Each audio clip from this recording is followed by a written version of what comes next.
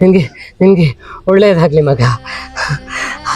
ಹಸಿದವರಿಗೆ ಆಧಾರ ಆಗೋ, ದುಃಖದವರ ಜೊತೆ ದುಃಖನ ಹಂಚಿಕೊಳ್ಳೋರು, ಹಿರಿಯವರನ್ನು ಗೌರವಿಸುವ ನಿನ್ನ ಆ ಒಳ್ಳೆ ಗುಣ, ಅದರ ಜೊತೆಗೆ ಆ ಶಿವನನ್ನು ಭಜಿಸುವ ನಿನ್ನ ಭಕ್ತಿ ನೋಡು, ಆ ಭಕ್ತಿ ನಿನ್ನನ್ನು ನೆರಳಂತೆ ಕಾಯುತ್ತೆ ಮಗ.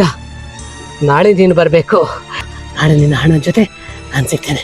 ನಾಳೆ ಬರ್ತೀಯಲ್ಲ? ನಾಳೆ ಬರ್ತೀಯಲ್ಲ? ಅಜ್ಜ ಇಲ್ಲಿ ಹೋದ್ರು? ಇಲ್ಲಿಗೆ ಬರ್ಲಿಕ್ಕೆ ಹೇಳಿದ್ರಲ್ಲ, ಇಲ್ಲೆಲ್ಲೂ ಕಾಣ್ತಾ ಇಲ್ಲ. ಅಲ್ಲೊಂದು ರಿಕ್ಷಾ ಇದೆ, ಅವ್ರ ಹತ್ರ ಕೇಳಿದ್ರೆ ಏನಾದ್ರೂ ಗೊತ್ತಾಗ್ಬೋದೇನೋ. ಅಣ್ಣ, ನಿನ್ನೆ ಇಲ್ಲಿ ಒಂದು ಅಜ್ಜ ಕೂತಿದ್ರಲ್ವಾ, ಅವ್ರನ್ನ ಎಲ್ಲಾದ್ರೂ ನೋಡಿದ್ರಾ?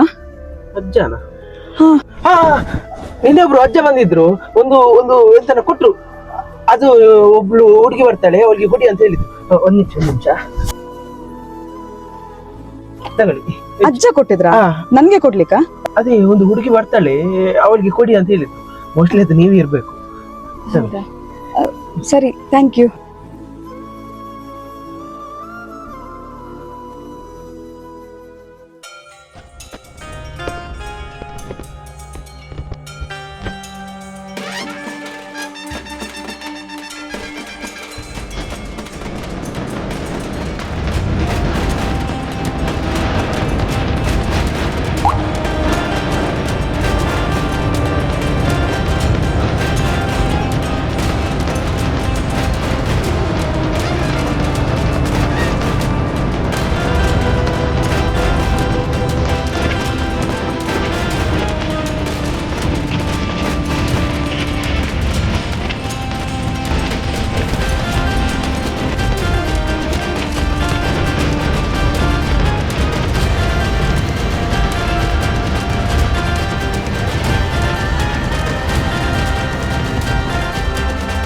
ನನ್ನನ್ನು ಎಲ್ಲರೂ ಶಿವ ಶಿವ ಅಂತ ಕರೀತಾರೆ.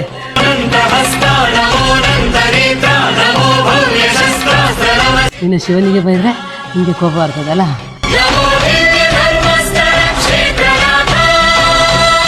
ನಾಳೆ ನಿನ್ನ ಹಣ ಜೊತೆ ನಾನು ಸಿಗ್ತೇನೆ.